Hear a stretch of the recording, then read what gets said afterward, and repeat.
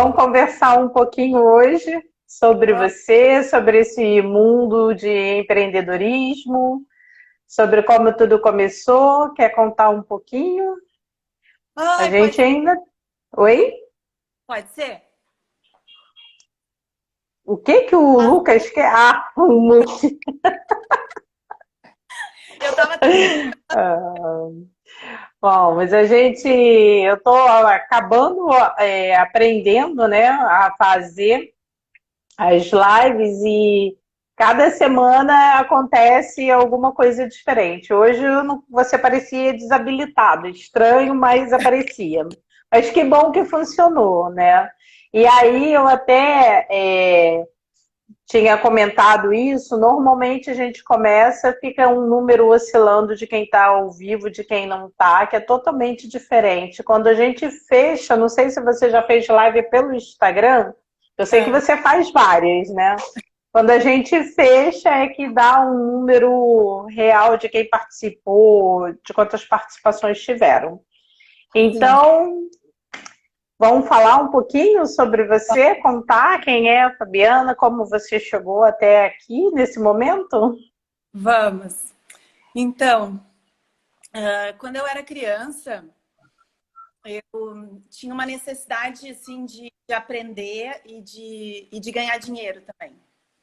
Porque eu sempre queria ajudar em casa e também queria ter algumas coisas, fazer algumas coisas legais. E eu sentia que eu precisava fazer alguma coisa para isso, porque a minha mãe era uma pessoa muito simples. O meu pai era um senhor já de idade, aposentado, né? Quando eu nasci, ele já tinha 61 anos. Ele não tinha muitas opções, assim, ele tinha até uma remuneração legal como aposentado, mas não tinha muito recurso sobrando. E eu tinha as minhas tias que ajudavam também com escola, com várias coisas, mas eu tinha mais dois irmãos e uma irmã. E eu sentia essa necessidade, assim, sabe, de fazer por mim. Inclusive, eu brincava com meu pai. Eu lembro que eu tinha uns 5 ou 6 anos de idade. A gente convivia muito, porque como ele era aposentado, eu tive esse grande privilégio. Foram 17 anos intensos de convivência com ele. Ele faleceu quando eu tinha 17, mas esses 17 foram extremamente intensos, assim, porque a gente estava juntos, de manhã, de tarde, de noite. A gente era muito amigo, ia na igreja junto, ia no centro espírita junto. Meu pai era, né, ele gostava de ir em todas as religiões, assim, até em pai de santo, em tudo. E eu estava sempre tomava da cidade, então fazia várias coisas.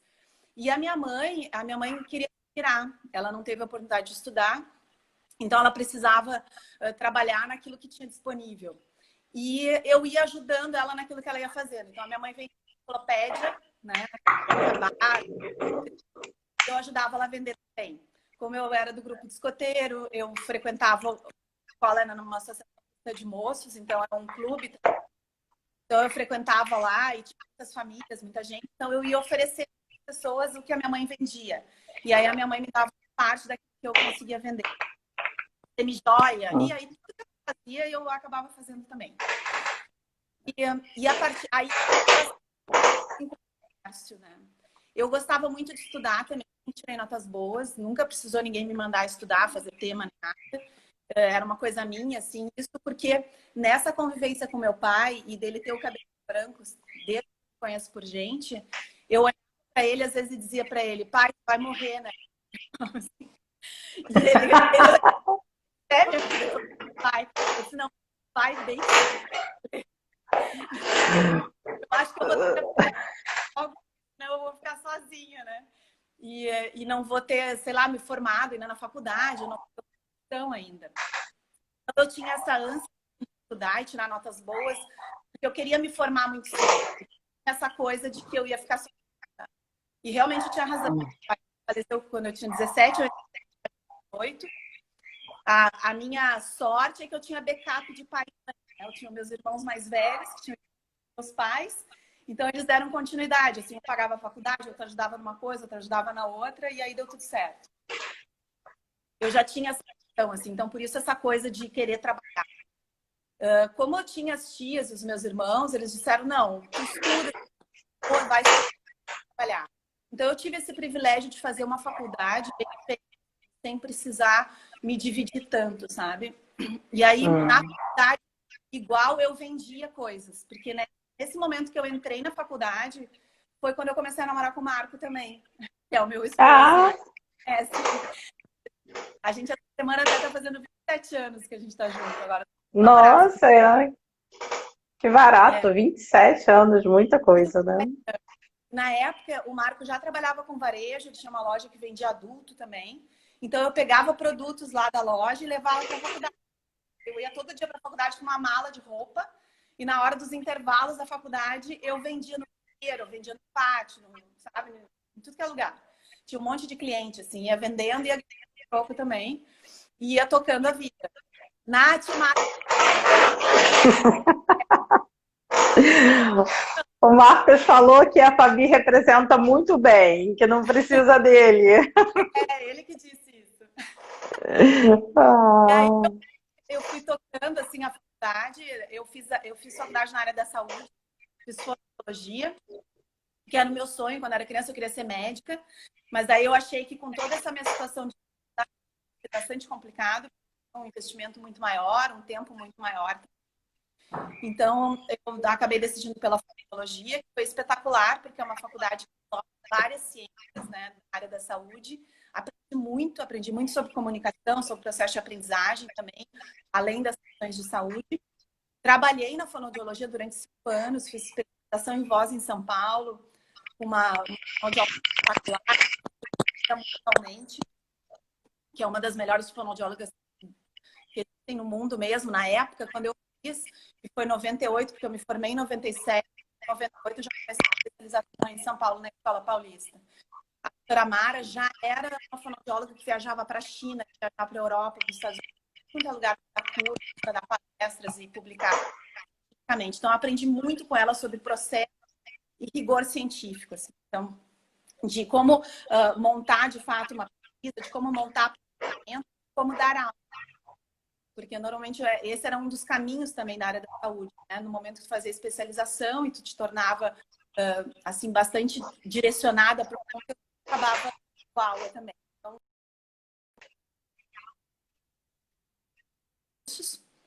e dali eu fui para o mestrado. Mestrado em neurociências na Universidade Federal no Rio Grande do Sul, que é um mestrado super puxado, porque é dentro do Instituto de Ciências Básicas da Saúde, dentro da Faculdade de Medicina. Então, a gente tem aula com o pessoal da medicina, com o pessoal da biologia, com várias... Mas que me deu uma base gigantesca para o que eu faço hoje, porque a neurociências é a base de toda a aprendizagem, né? É na neurociências que a gente aprende sobre profundamente como é que funciona o mecanismo de atenção, de memória, de atenção, de comportamento, né? De dor, de como que a gente faz os comportamentos funcionam. Então, foi bastante que eu fiz. Eu fiz ele mais voltado para a área da saúde, para a área que eu trabalhava na época da fono e com a medicina também, porque eu trabalhava com médicos, trabalhava com tratação de câncer de cabeça e pescoço no Hospital Oncológico aqui em Porto Alegre e também no interior do Rio Grande do Sul. E esse trabalho todo trouxe ainda mais esse rigor científico assim, para tudo que eu vinha estudando e fazendo dentro dos processos de aprendizagem.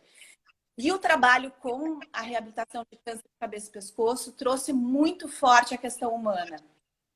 Tanto a voz quanto a cabeça e pescoço. Porque a voz ela é uma das formas como a gente expressa personalidade. Então, quando a gente estuda a voz, apesar de ter todo um estudo neurofisiológico por trás, sobre como funciona o mecanismo muscular, neurológico e respiratório para que a voz aconteça, tanto numa voz profissional, porque a gente trabalhava com lírico, radialista, professores, advogados, etc., e também na voz patológica, que é quando tem um câncer, quando tem um rouquidão, quando tem outra voz, assim, ela tem um cunho psicológico forte também, né? Então, a gente trabalhava muito essa questão, assim, como elas expressam e o que isso diz sobre elas, sobre o que elas estão vivendo. Então, ali já veio um lado muito forte humano. A parte de linguagem também muito forte, né? Porque muitas vezes a relação da criança com a família, com o mundo, define como ela vai também se expressar e como ela vai se desenvolver depois disso. E na oncologia, a oncologia é um grande ponto de expressão, porque a principalmente para nós que somos ocidentais, a morte é muito distante culturalmente, né? Na verdade, para a gente, a morte, ela né? A gente não tem essa cultura de lidar com a Fabi, morte. falhou um pouco agora a sua voz. Tá me ouvindo? Agora E agora? tô. Eu acho que quando você fez para trás, ela falhou. Ah, então tá. Então, a gente não tem essa cultura assim, de lidar com a morte de uma forma natural. Então, a oncologia me trouxe muito forte isso, assim, a nossa fragilidade como ser humano, a importância da humildade, a importância da humildade, da qualidade de vida, de viver de um jeito mais mindfulness, que na época não existia essa questão, mas que quando tu convive com a doença terminal, com pacientes terminais, com famílias que estão vivendo tudo ali, essas fichas todas começam a cair. E acho que junto com toda essa ecumênica do meu pai, que desde criancinha me fez estudar no centro espírita, na igreja, com o pai de santo, sabe? Conversar sobre, rezar e refletir, eu acho que a mistura de tudo isso acabou me levando para um lado mais humano dentro das organizações também, né? Porque passa por dar valor real da vida. A gente realmente vive, do que vale a pena, né? E como é que a gente pode aproveitar de uma forma melhor. Porque o câncer, ele acaba funcionando como um ponto de mutação muito importante, né? Então, lá no hospital a gente trabalhava se o paciente soubessem aproveitar aquele diagnóstico, mesmo que ele não tivesse um resultado de tratamento satisfatório, que seria curar, certo? O tempo de vida depois do diagnóstico, muitas vezes era muito melhor todos os anos que ele teve antes. Porque a possibilidade de poder resgatar coisas da tua vida, quando tu sabe, com certeza vai ter, sabe?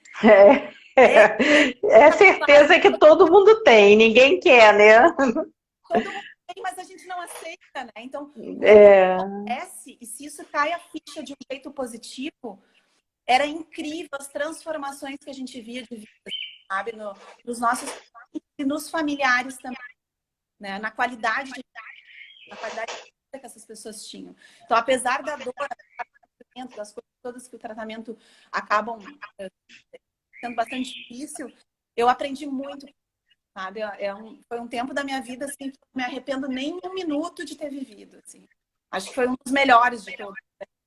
Então, foi E muito você, bom.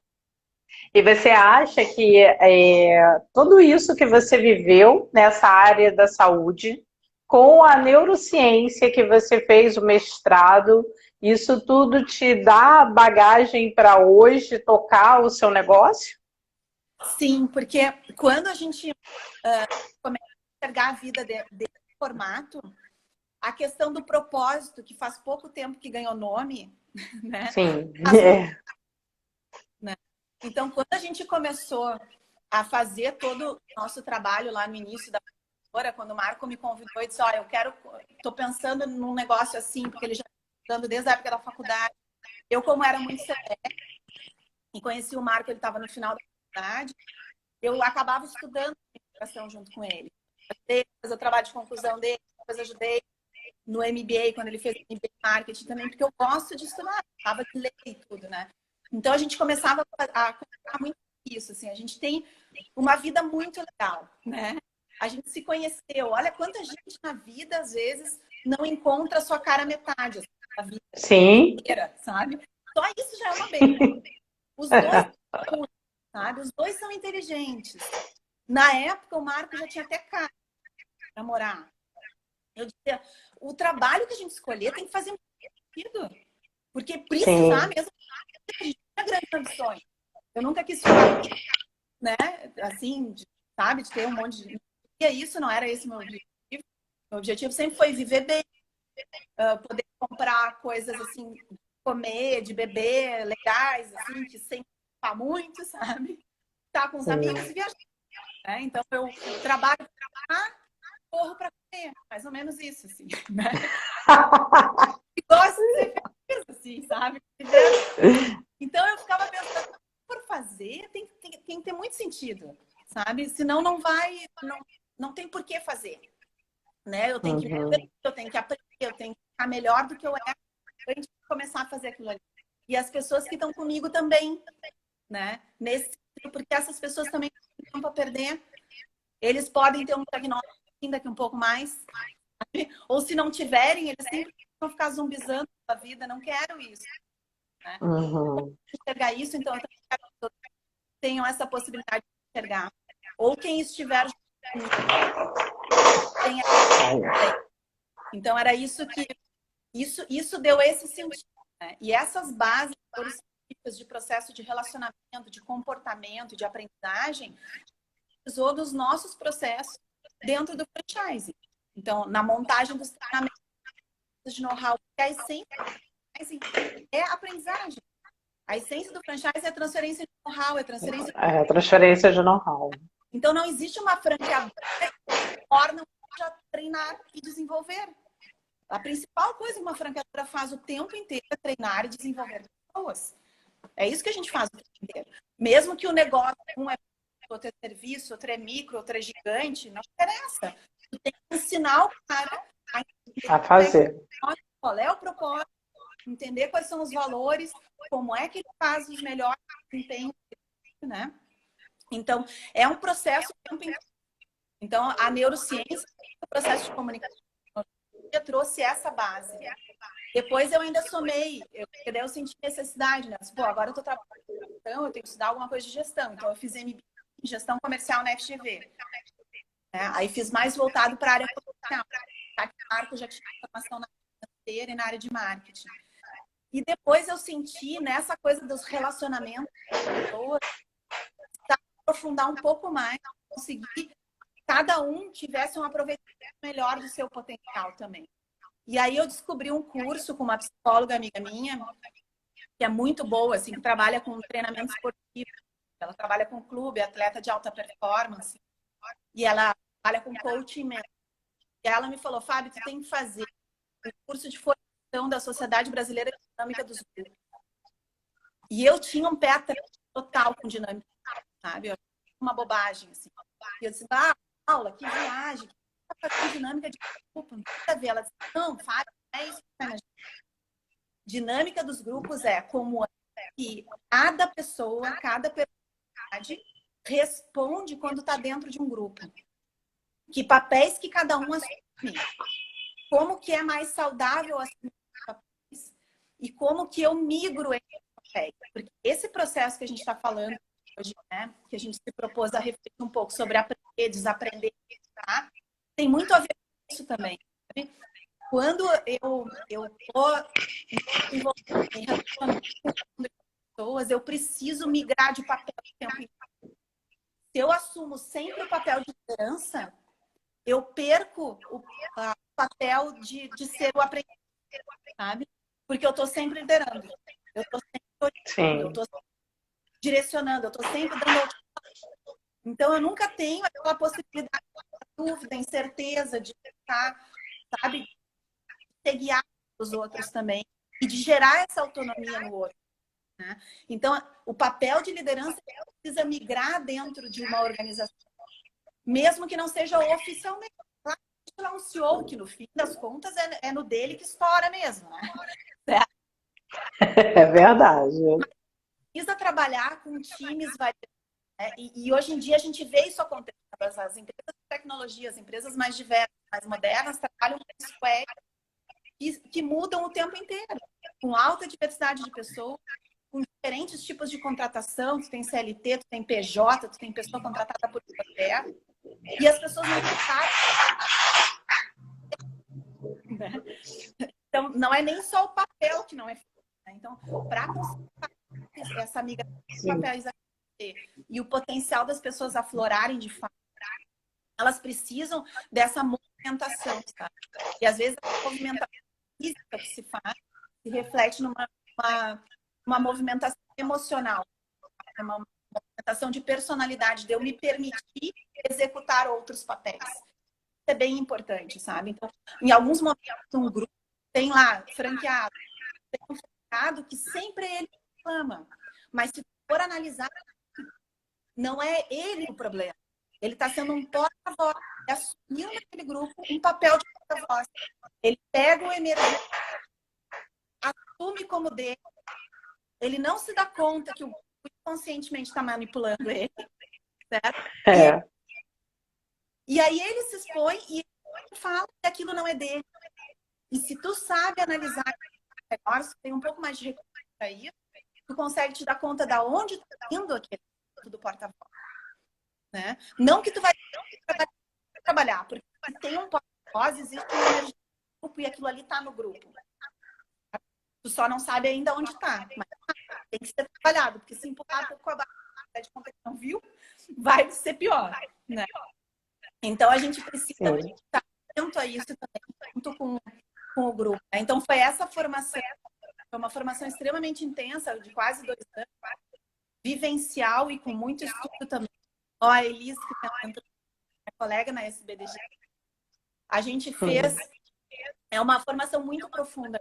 Ela é 100% vivencial e tem toda uma parte de estudos junto, e que foi muito importante para nós, porque eu que não fiz psicologia, tive a oportunidade de me apresentar em Freud, toda essa turma, né, que são excelentes, tanto em teoria quanto em prática, e ainda com o apoio de psicólogas e de orientadores espetaculares. Então, de as situações do grupo e transportar isso para teoria também e trazendo as nossas de empresa e conseguindo compreender isso muito melhor. Porque é bem importante isso. Quando a gente está trabalhando em gestão de pessoas, toda a organização, se a gente é gestor, se a gente é coordenador, está gerindo pessoas, a gente precisa estar atento a que papéis que as pessoas estão assumindo dentro da organização, como é que elas estão se desenvolvendo, como é que estava quando ela entrar, elas entraram, estão hoje, para pensar todo o processo. Não é só treinamento, mas é todo o processo de relacionamento com as pessoas, e que passa também por benefício de várias outras coisas, mas que a gente precisa ter um olhar, sabe? Tem que ter um pouco mais de sensibilidade. Porque para que as pessoas deem o melhor delas mesmas, elas precisam ter autonomia, sabe? E aí entra de novo a questão do afeto, sabe? Do desaprender e do aprender. Porque só existe autonomia aonde a liderança atua. Porque se eu tô sempre no papel de líder e mandando, não tem parte de autonomia. E aí acaba até perdendo o papel mesmo de liderança, né? É quem manda e pronto, porque não tem participação, né? Tem aqui uns comentários aqui, um monte de parabéns para você. E tem assim, as empresas modernas com pessoas mais antenadas, isso acontece mais. Mas isso não é um padrão ainda no Brasil, infelizmente. E alguém botou aqui só essencial, deve ter sido alguma fala sua, que eu fui deixando você sair. O som de alguém deve estar um pouco alto, não? Tá dando eco. Tá dando eco? Você tá de fone? Não, tá sem fone, né? Será que tá muito ruim? Vamos ver. Agora, como é que você implantou isso na sua empresa, na sua franqueadora? Sempre foi assim? Ou não? É uma coisa que você foi transformando com o tempo? Sim. Quando a gente começou a franqueadora, como o bom de tu vir de outra área, compromisso com os processos, né? Então eu comecei quando a gente decidiu assim iniciar a franqueadora, 5 pessoas na equipe, né? E aí eu comecei cuidando da parte de pessoas, de desenvolvimento, tanto dos franqueados quanto de loja. E aí o Marco teve a ideia de chamar essa área de valor humano. E aí esse nome acabou dando todo o direcionamento para tudo que a gente ia fazer ali. Então a gente ia começar uma ideia dos valores, da missão, da empresa, do que a gente queria para a Caverna do Dino, para a Estrela Franquias. E o valor humano deu esse toque especial para as pessoas. Então, da gente juntar os valores da empresa com como a gente queria que fosse para as pessoas. Que é trabalhar aqui, seguir o nosso jeito de atender, porque a gente queria trabalhar essa coisa do franchise, do Dino atende, o e acolhe, Não é. Para isso, a gente tem esses valores. Se tu concorda com esses valores, gosta disso, tu vai gostar de fazer. E aí, o que eu gostaria muito do sonho é que tu trabalhar aqui faça diferença. Então, tu ter trabalhado aqui, em tempo de ficar com a gente, tu vai sair melhor do que quando como pessoa, Sim. como profissional. Então, é isso que a gente trazia muito para as pessoas assim que vinham buscar. E aí, quando eu comecei a estudar essa parte de recursos humanos, de como funcionavam os processos todos de RH, aquilo me incomodou um pouco, porque era tudo muito quadrado. A maioria dos processos de RH é indústria. Então, não é que fossem errados, mas eram quadrados demais. E aí eu resolvi misturar um pouco da fonoaudiologia. Ao invés de eu entrevistar como alguém de recursos humanos, eu entrevistava como uma terapeuta. Então, a nossa entrevista era muito mais parecida com uma anamnese terapêutica com uma entrevista de seleção, de verdade. E aí a gente misturou coisas de competências para a gente tentar entender o que a pessoa já tinha tido de experiência. E desde o início a coisa das referências nós também era muito forte. Como a gente conhece muita gente do varejo local aqui no Sul, não era difícil da gente tirar referência, né? Porque não era uma gestora ligando para outra empresa. Era eu, Marco, ligando. Conhece ali, que é a lista que viu a gente crescer no centro de Porto Alegre. Então, é diferente, as pessoas acabam falando. Então, isso ajudou também. E com essa decisão, como a gente montando todos os manuais, todos os treinamentos, direitinho, com passo a passo, eu acreditava muito nisso. Tem que ter os passos bem direitinho, que é para a gente poder ensinar quem nunca fez isso aqui antes. Porque eu pensava assim, a minha mãe, quando ela começou a trabalhar, ela já tinha uns 40 anos, mais ou menos. Não tinha formação. Tinha feito no máximo, acho que ela fez só o primeiro grau. Como é que eu ensinaria a minha mãe a ver a moda? Era isso que eu pensava. Né? Uma menina que começa a ter emprego. Porque a gente não tinha condições, o tipo de produto que a gente vendia para a classe média, com a margem que a gente tinha lá no início, que era lojas, a escala era menor, a gente não tinha condições de pagar melhor salário. Mas eu podia dar a melhor acolhida, a melhor integração, o melhor atendimento, o melhor feedback para essa pessoa, né? Preparar as gerentes para que eles desenvolvessem essas pessoas também, né? Que tivesse uma relação diferente, desse significado diferente para o trabalho. Então, era isso que a gente começou a desenvolver, sabe? Bem forte, assim. Primeiro, o nosso jeito de atender, o processo de seleção, o processo de integração, de acolhimento das pessoas, e depois esse trabalho de liderança muito focado em feedback e treinamento diário. Então, esse foi o grande desafio, assim, que a gente foi desenvolvendo lá no início e que deu super certo. Né? Aí depois a gente foi entendendo melhor, cruzando conhecimentos de processo de aprendizagem, como é que a gente poderia fazer para acelerar a curva de aprendizagem das pessoas também, né? Porque daí eu também fui me aprofundando mais no varejo, nos indicadores, entendendo como é que eu podia fazer treinamento para melhorar a ticket médio, para melhorar a taxa de conversão, treinamento para melhorar o atendimento, sabe? Para melhorar o engajamento do cliente com a marca. E aí, como que a gente podia fazer para acelerar esse aprendizagem? Para a menina ficar pronta em 6 meses. E em 1 ano ela está a melhor vendedora da rede, sabe? Porque daí se ela fica com a gente, ela se paga. E isso a gente foi mostrando os franqueados também. Né? Porque daí vale a pena. Se a pessoa se paga quando ela sai, vale a pena. Porque não dá para ter ilusão que alguém vai vir trabalhar no comércio para ficar o resto da vida. Sim. O fim é um meio. Né? Então, o que a gente precisa é gente de boa vontade, trabalhando de coração, enquanto estiver ali, sabe? E tentando fazer o seu melhor. É isso que a gente precisa.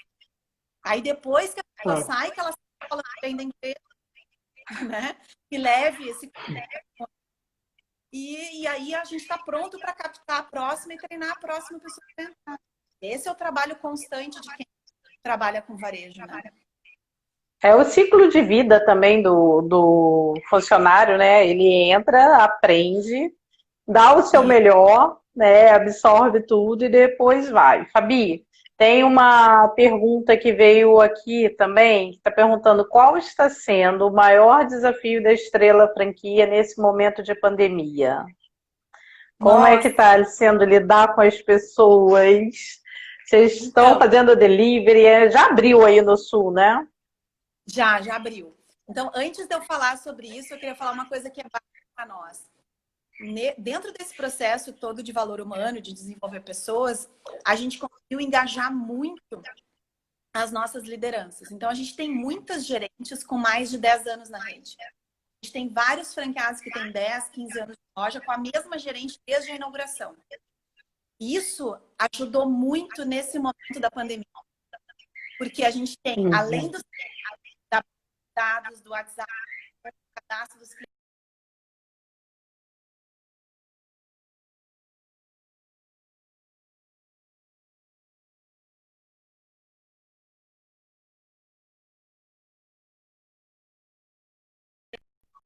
oi, Fabi? deu. Oi, Isso. deu. Então, eu estava falando das gerentes que estarem tempo com a gente, né, que nos ajudou bastante nesse processo, porque além da gente ter a parte de base de dados, de tecnologia, CRM, de cadastro dos clientes, uma coisa que a gente já vinha trabalhando há muito tempo, porque já faz muito tempo que a gente trabalha com pós-venda dos clientes, tanto por telefone quanto por WhatsApp, e também o atendimento pelo WhatsApp. As lojas também, cada uma tem o seu Instagram, a gente tem o Insta oficial e tem o loja.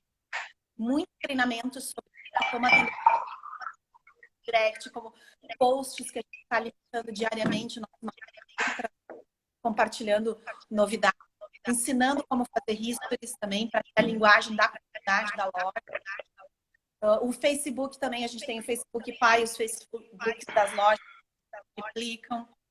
Então, a gente tem muito treinamento nesse sentido, né? Mas, junto com isso, a gente tem uma gente que representa a marca na cidade junto com e que os clientes conhecem, porque são cidades pequenas, né? E as pessoas conhecem a Carol lá de Cachoeira do Sul, é a Bruna da Santo Ângelo. O sobrenome dela é o Dino. Sim. Ficou fácil dos clientes acharem a loja, mesmo quem não tinha esse WhatsApp da loja ainda. Né? Uhum. E o que aconteceu é que nossos franqueados das unidades menores trabalham diretamente no dia a dia da loja, principalmente nas cidades menores, eles já ativaram do WhatsApp, a gente já com venda consignada, que é aquela questão de fazer com aqueles produtos que a gente acha que tem a ver com o cliente, combinando antes por WhatsApp, gostaria de ter, ou não, ou simplesmente dizendo, vou deixar uma mala com novidades, chegar aqui, lembrei de ti. E aí teve, em pleno mês de abril, teve 3 lojas que bateram meta durante a pandemia. Só fazendo isso. Nossa. Certo? Entregando mala, de 15 malas para casa dos clientes todos os dias e recolhendo, né? E aí nisso esperava vendas, ou então fazendo para o WhatsApp, vinha retirar na loja, ou ela entregar para casa, né? E outros franqueados que foram vendas de movimentação, né? E a gente ali conversando com eles também e orientando sobre ativar esse site da loja.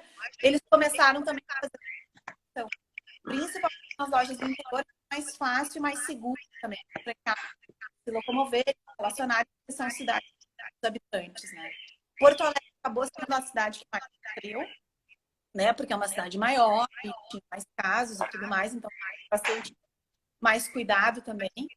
E aí a gente teve sim unidade que fechou, né? Teve uma unidade de shopping que a gente achou melhor não persistir, deixar. A gente já vinha desde o ano passado, há uns 2 anos trabalhando com o modelo light também. Então, o nosso investimento da loja tradicional era de R$400 mil, loja de 50 metros quadrados. Nosso objetivo era chegar em menos de 170 mil. E a gente vinha trabalhando nisso. Olha, a Dai entrou, a Dai trabalhou comigo, é um amor. E a gente veio trabalhando nisso também, e para conseguir chegar em lojas de 50 metros quadrados com investimento de R$150 mil, para cidades com menos de 30 mil habitantes. E deu muito certo. A gente já tem unidade assim, que é para São Luís Gonzaga e Santo Antônio, sendo que São Luís Gonzaga inaugurou agora no meio da pandemia. E inaugurou o Nossa. primeiro dia na cidade de 35 mil habitantes, que São Luís, vendendo R$ 9.000 no primeiro dia.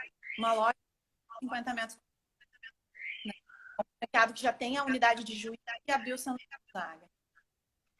Mas então tem uma pergunta aqui que para você não vai afetar muito, não afetou, né? Porque alguém perguntou aqui, considerando a crise de liquidez, quais as concessões a franqueadora teve que fazer? E a outra pessoa perguntou como manter a equipe engajada nesse momento difícil. Será possível isso? Então, o que o nosso royalty, ele já é proporcional ao faturamento. Foi uma mudança que a gente fez há anos atrás. No início, o nosso royalty era compra, depois a gente mudou para venda, porque os franqueados solicitaram. E a gente achou que realmente fazia sentido. Então, no momento em que as lojas estavam fechadas, vendendo menos, a gente também recebeu menos ponto, né? Então, não tinha muito o que fazer. A parte do promoção, o nosso marketing continuou dando suporte para todo esse trabalho local. Então, a gente diminuiu o marketing. Então, o nosso marketing é 2% para o franqueado investir local e 1% ele paga para o fundo de promoção para pagar a área de investimentos que são feitos em mídia digital e etc. Esse 1% ele continua pagando e o outro 1% de local era opcional. Você estava com a loja aberta, ele investia um pouco mais, freou. Com os fornecedores, a gente negociou daí, sistema, CRM, fornecedor de produto, todo mundo também. A gente fez uma negociação, reviu com os franqueados também, de abastecimento de compras e tudo mais. Estimulou que eles reduzissem pedidos, né? Principalmente aqueles que tiveram que ficar fechados. E renegociação de local até 2020. Como a gente já vinha fazendo trabalho de redução de tamanho da loja, a gente entrou um pouco mais preparado também nesse sentido. Em algumas lojas que os aluguéis eram altos, a loja era grande e os donos dos prédios intransigentes, a maioria das nossas lojas são de rua, e a gente já tinha entregue o ponto. Não, então eu não quero mais esse ponto aqui. Eu vou achar um outro ponto menor.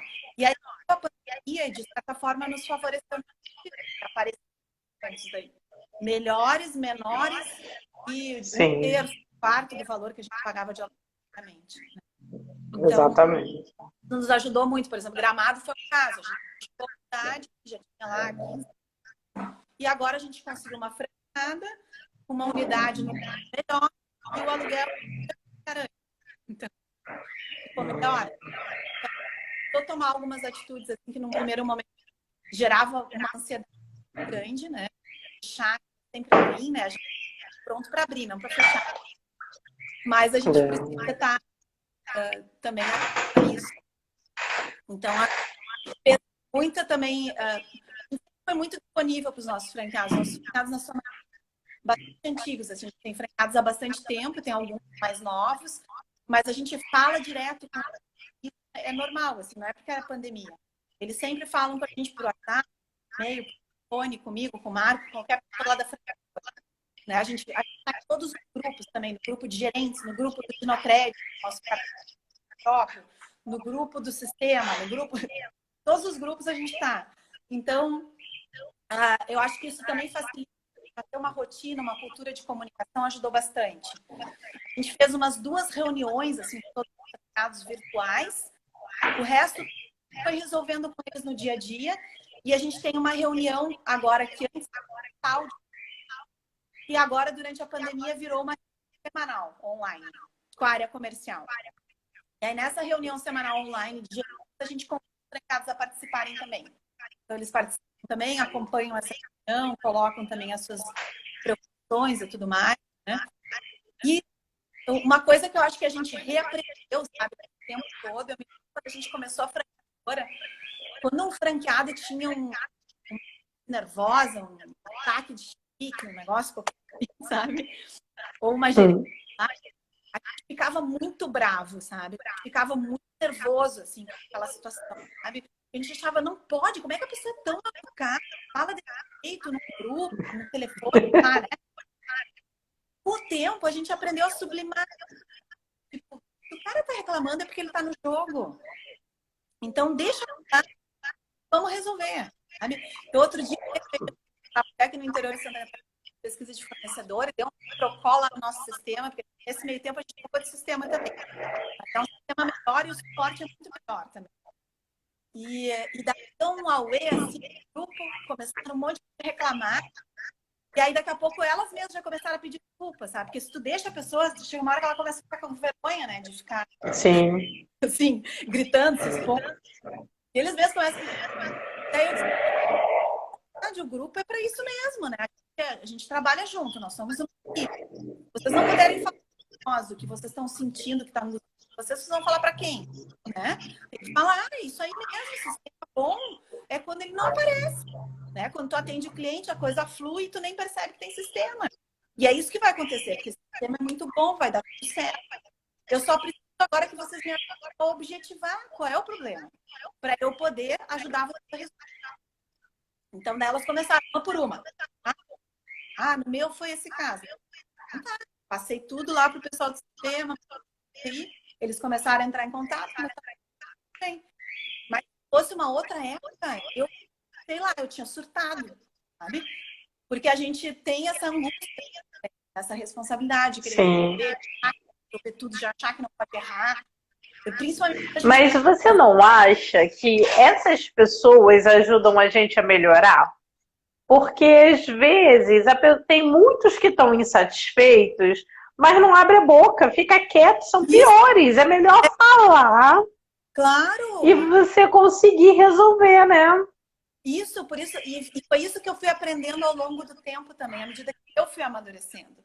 Porque a necessidade de controle é uma necessidade do ser humano imaturo, da personalidade. Uhum. Quanto mais imaturo a gente é, mais controle a gente quer ter. À medida que a gente Sim. vai amadurecendo, a gente vai se permitindo mais coisas, inclusive, e inclusive não ter controle. E dizer, putz, realmente deu errado, sabe? Agora vamos fazer, certo? E a atitude é ir lá e resolver. Então, Pois é. O problema é você ouvir a reclamação e não fazer nada, mas vai, resolve, né? Resolve. né? E também a gente começou a aprender a selecionar fornecedores que tenham essa mesma vibe. Entendeu? Então, esse novo a gente selecionou muito pensando no suporte, porque eles são muito bons no suporte, eles estão muito acostumados com a franquia, a escutar a franqueada, a escutar a gerente, sabe? A entender essa user experience assim, das pessoas, entendeu? De como que vive lá no dia a dia da loja e tem empatia. Então, isso ajuda muito, porque também eles conseguem agir na velocidade certa também, né? Senão, o cara lá também não acha que tem que ser resolvido, entende, assim, também acaba ficando vendo e aí acaba sobrando mais franqueadores. Isso nos ajuda bastante, né? Fabi, nós temos exatos 8 minutos. Olha! Antes que o Instagram jogue fora, ele fecha de uma hora para outra. Então, se eu vou ler aqui algumas coisas rapidinhas, né, que estão aqui. Seleção essencial essa seleção, deve ser dos fornecedores. É uma grande oportunidade de melhorar nossos processos. Isso. Vamos resolver isso, complexos, mas com ações primordiais. E não tem muita pergunta, tem muita gente elogiando perfeita, seus treinamentos são máximos, então tá aqui. E aí eu quero que você aproveite esses minutos finais para você falar um pouco para gente o que você aprende. Você falou o nosso tema, né? Desaprender e aprender novamente. O que você desaprendeu e reaprendeu ou aprendeu novo com essa pandemia? Olha, com a pandemia, assim, reforçou para mim essa questão do desapego, assim, com as minhas ideias, sabe? E Uhum. teve com os franqueados, até que foi muito legal. Eu vinha nessa vibe de apertar o botão do foda-se, de não ter mais controle, sabe? E teve uma reunião que falou sobre isso, né? Vamos aproveitar agora, e pior do que Lipar. e vamos fazer tudo que a gente tem vontade de fazer. Sim. Entender todas as ideias, falem o que vocês querem fazer. Vamos fazer, porque pior não vai ficar. E se não der certo, a gente para de fazer, e muda e vai Sim. fazendo. Vamos tocar o barco. E aí a gente canaliza fazer. Porque o fazer... os meus filhos estudam em escola Waldorf. Então, uma das coisas que eu aprendi nos últimos anos também foi sobre pedagogia Waldorf. E a pedagogia Waldorf, ela ensina muito isso.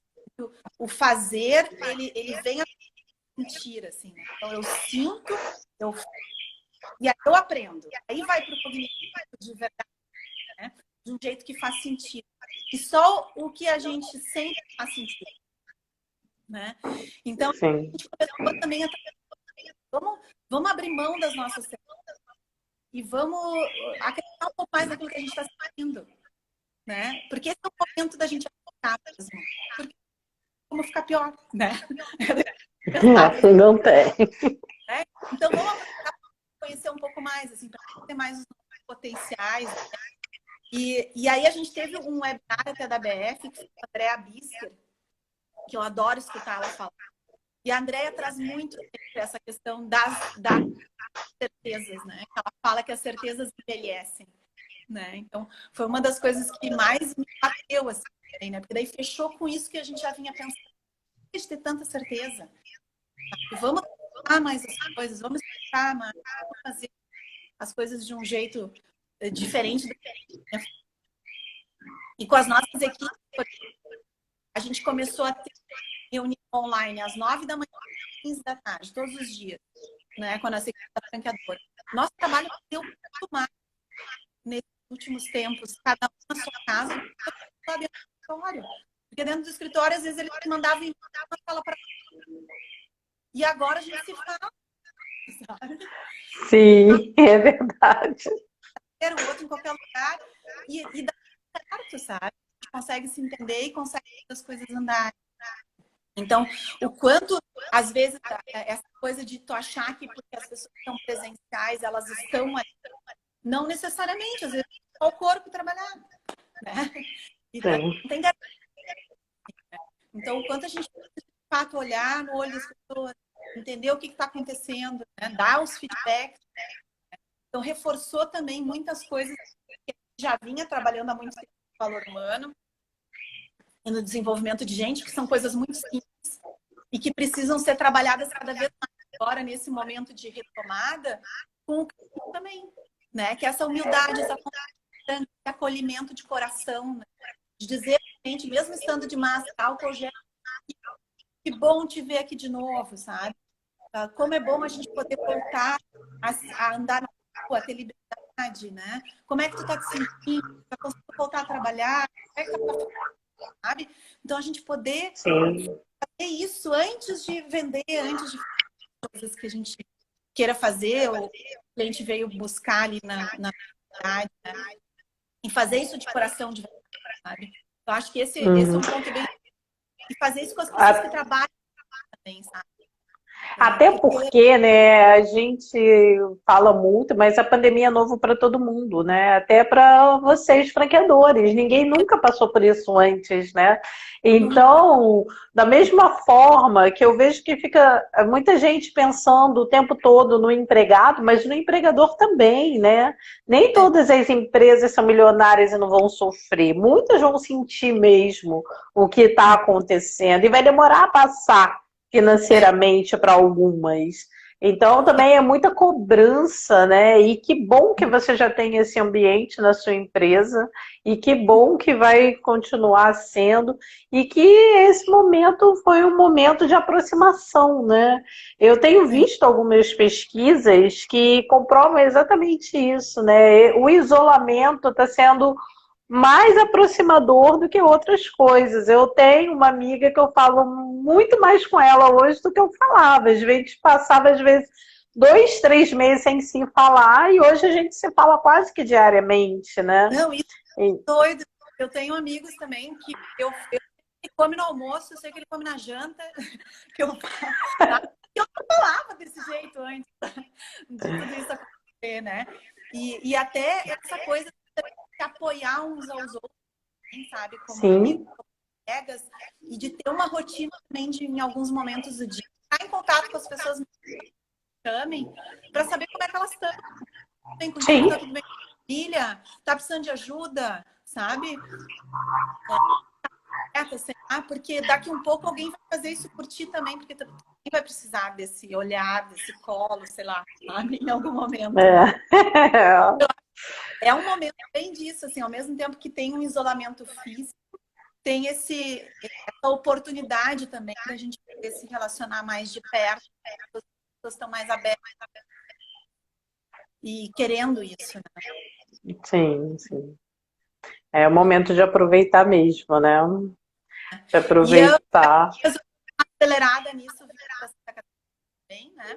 É um sonho antigo nosso vir morar aqui. E aí veio para cá para pesquisar. Aqui as coisas já estão num processo de tomada mais rápido, teve muito menos casos, óbitos. Então foi uma oportunidade também para ver um pouco o varejo funcionando de novo, os atacados funcionando com cuidado, máscara, com álcool gel, túnel de descontaminação, medição de temperatura de shoppings, todas essas coisas estão acontecendo, sabe? E ver as coisas se retomando, mas ao mesmo tempo a gente vê uma cidade em que tu vai olhar a loja ocupada, é o que eu 20, 30 mil, ou seja, as pessoas também viajando, assim, em outro mundo. Uhum. Agora a gente não vai conseguir dar aquele ponto, né? Mas tudo bem, cada um tem seu tempo também, dar conta dessa Uhum. Então, agora a gente já está por conta do Instagram, ele pode tirar a gente do ar a qualquer momento. Mas vamos aproveitar enquanto não tira, né? E você está vendo loja, vendo ponto, porque a sua expansão não parou? Não parou, a gente está aí com 3 unidades agora em estudo. 2 já estão fazendo projeto, já ainda está pesquisando. E tem outros buscando também. E a gente acredita que tem a ver também com esse modelo light que a gente conseguiu desenvolver, né? Muita gente tem de ter uma loja de bebê, que é muito fofo, né? Tudo lindo. Sim. Aí, agora ficando mais acessível, porque a maioria dos candidatos estão um investimento abaixo de 200 reais. Isso também nos ajudou nesse processo de expansão, né? E também o projeto multicanal, que agora não precisa ter todo o estoque em loja, a parte do estoque pode ficar no e-commerce, daí o cliente fica na loja com frete grátis ou recebe em casa, como ele é. Então, isso exonera um pouco o de trabalho quanto de financeiro também. Um dos grandes aprendizados dessa crise também foi a questão do caixa.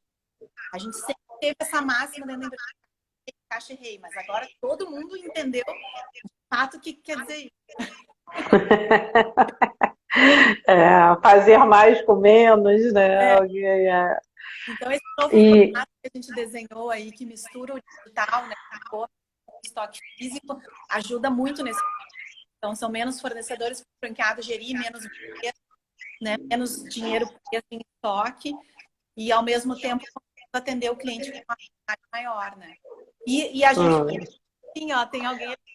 Bebês vão aumentar. O pessoal tem aproveitado a quarentena, se divertido em casa, dado o tamanho da família.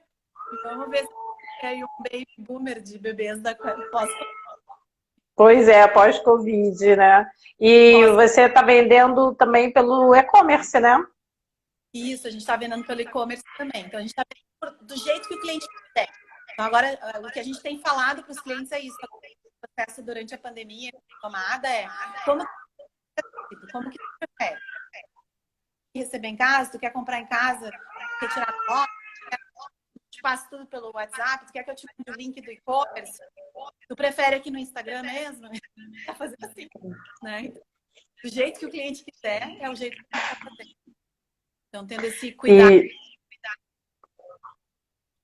Então, tem que vir para o Rio, capital, né? Porque aqui você só tem no interior, né? Para ficar, tem que vir Agora para cá. que talvez seja mais viável mesmo, porque a gente sempre teve candidato, mas os aluguéis muito altos, né? Porque as lojas tinham que ser Sim. grandes, é o principal ponto. Agora, com esse misto de digital físico, a gente não precisa estar no principal ponto, a gente pode estar no bairro, né? Só tem que ter lugar assim, para a pessoa poder chegar, poder fazer o take away também, né? Ficar na loja, etc. E as lojas podem ser menores. Então, abre uma possibilidade maior de a gente conseguir entrar mesmo nesse. Claro, a gente está no interior já há mais de 10 anos. A Bia, nossa franqueada lá, ela é a gerente. E eles vão muito bem lá. E lá já reabriu, né? A loja vai. Ela já até pensou em uma cidade ali perto. Ela até pensou no shopping que vai abrir lá.